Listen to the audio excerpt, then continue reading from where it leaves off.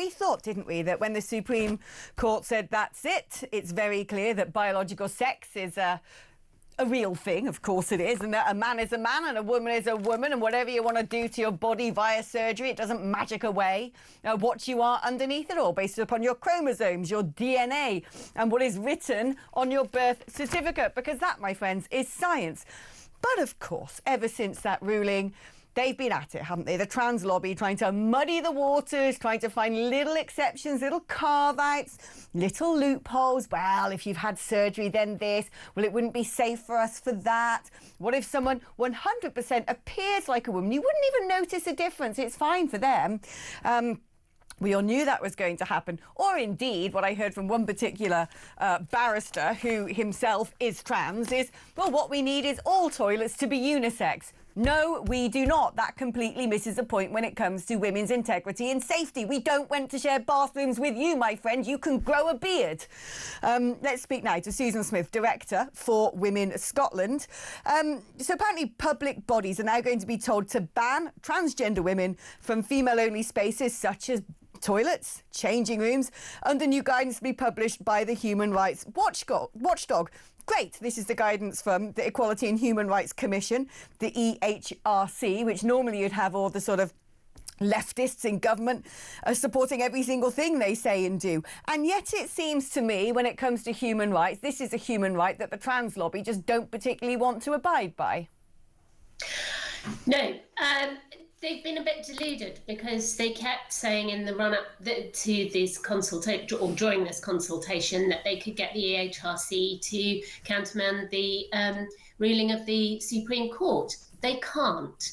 What the Supreme Court says is the law. It's always been the law, and it means that single-sex spaces do exactly what they say on the tin. They're for that sex and that sex only. There was nothing that the Equality and Human Rights Commission could write that changed that, and now they're all having fits because they think that, you know, they could have just rewritten the law. I think they've got so used to their own version, their own preferred version of the law being accepted, that they can't quite believe now that actually that's not how the law works.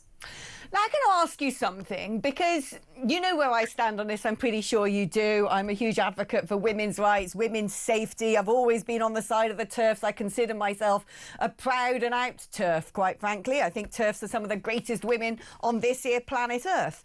But then let's come up with an idea, a theoretical concept of someone from Thailand who's a ladyboy, who, when you look at them, you just wouldn't know for the life of you that this person was born male. They've had all the surgery that one can have, so there's not a bit of male genitalia left on them. And they're so convincing as a female, they look more female than I do when I wake up in the morning.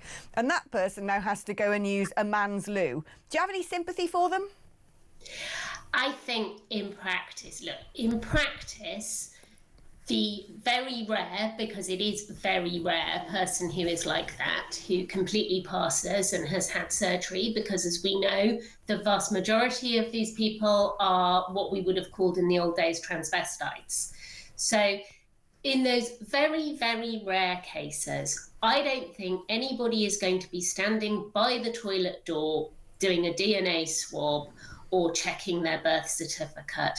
I think that, you know, we have to think about practicality and reality. In reality, somebody who passes completely and totally will be able to wander in and nobody will bat an eyelid. Yeah, you wouldn't know, would you? That's the point. You'd have no idea. No. So it might matter, you know, well, it would matter if they were being called for a screening program and they needed a prostate check or something like that. And that is, again, part of the protections for sex. But I think what this will stop, and this is why the activists are so furious, is that most of them are not in that category. Most of them, frankly, like your barrister you mentioned, they look like large blokes who put a dress on and a bit of lippy. No, exactly. That's the thing. Women are very able to tell who's going to be a threat to them and who isn't. It's kind of woven into our biology. And if a 6'3" brute with shoulders wider than the wingspread of an albatross and a beard to rival Brian Blessed sticks on a polka dot dress and thinks he can come into our box, he's got another thing coming. What do you make of this? It feels like a little bit of a victory for our cause when woke venues at the Edinburgh Fringe are having to abide by this ruling. Apparently one such place, Underbelly Bristow Square, home to multiple small theatres, put up a sign outside the female bathroom telling attendees to use whichever toilet best fits your identity and expression. And they've been made to take it down. Ha! Yeah, I think that signage has been there for a couple of years. And I imagine they put those toilets up, they stuck the same signage up, and then it was pointed out to them correctly that this is not lawful. And to their credit, they moved pretty swiftly to take it down. But now there's a load of other venues at the Fringe who are still doing this. So, you know, it's great that that was one. And they knew, I think they didn't have a leg to stand on, but it would be good if some of the other venues. I was in one the other day, and it's quite an old venue, and they've got very old toilets, and they'd put signs up on the doors. They got one that said gender neutral cubicles, and the other one said cubicle and urinal, and they'd taken the doors off so you could see in.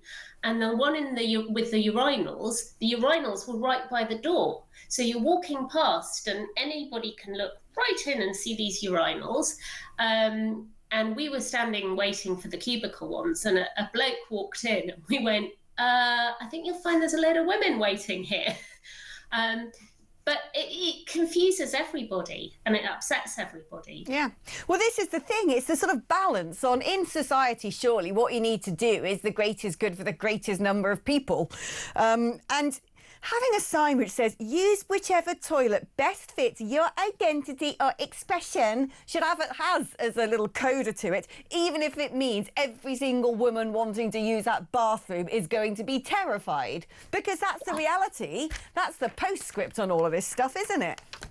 And you know, you get long queues for the women's toilets, inevitably. And then there's a bloke standing in there because he's proving a point. Yeah. And he could easily go in the men's, but he wants everyone to know he's a woman. And he's prepared to inconvenience everybody else. But it's more than just proving a point, isn't it? I think one thing that just we don't talk about enough, and someone somewhere has probably had the cojones to actually do some research and create some statistics on all of this, but they will be suppressed. They won't be allowed out to see the light of day. And that is the Venn diagram, the mixed up amount of people who both question their gender or seem to suffer dysphoria, and also have some pretty unique fetishes. There's probably two camps of people. I think there are people who, the smaller camp, who do have issues around their body and often other mental health issues, and this is often the younger people, especially the young girls, and you know that's gone on for years, and they used to resort to anorexia and so on. But then you get a large cohort of, I would say, middle-aged men who have got a fetish and they are acting out their fetish. And we used to consider these people a little bit odd and creepy, and they are a little bit odd and creepy. To put it mildly.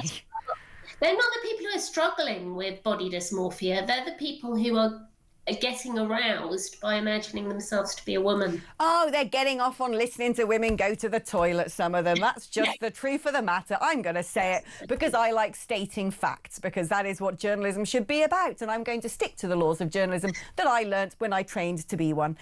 Susan, thank you ever so much. Keep up the good fight, because it's going to go on forever, isn't it? We're going to need you being a soldier in a petticoat for many years to come. That's Susan Smith, Director of For Women Scotland.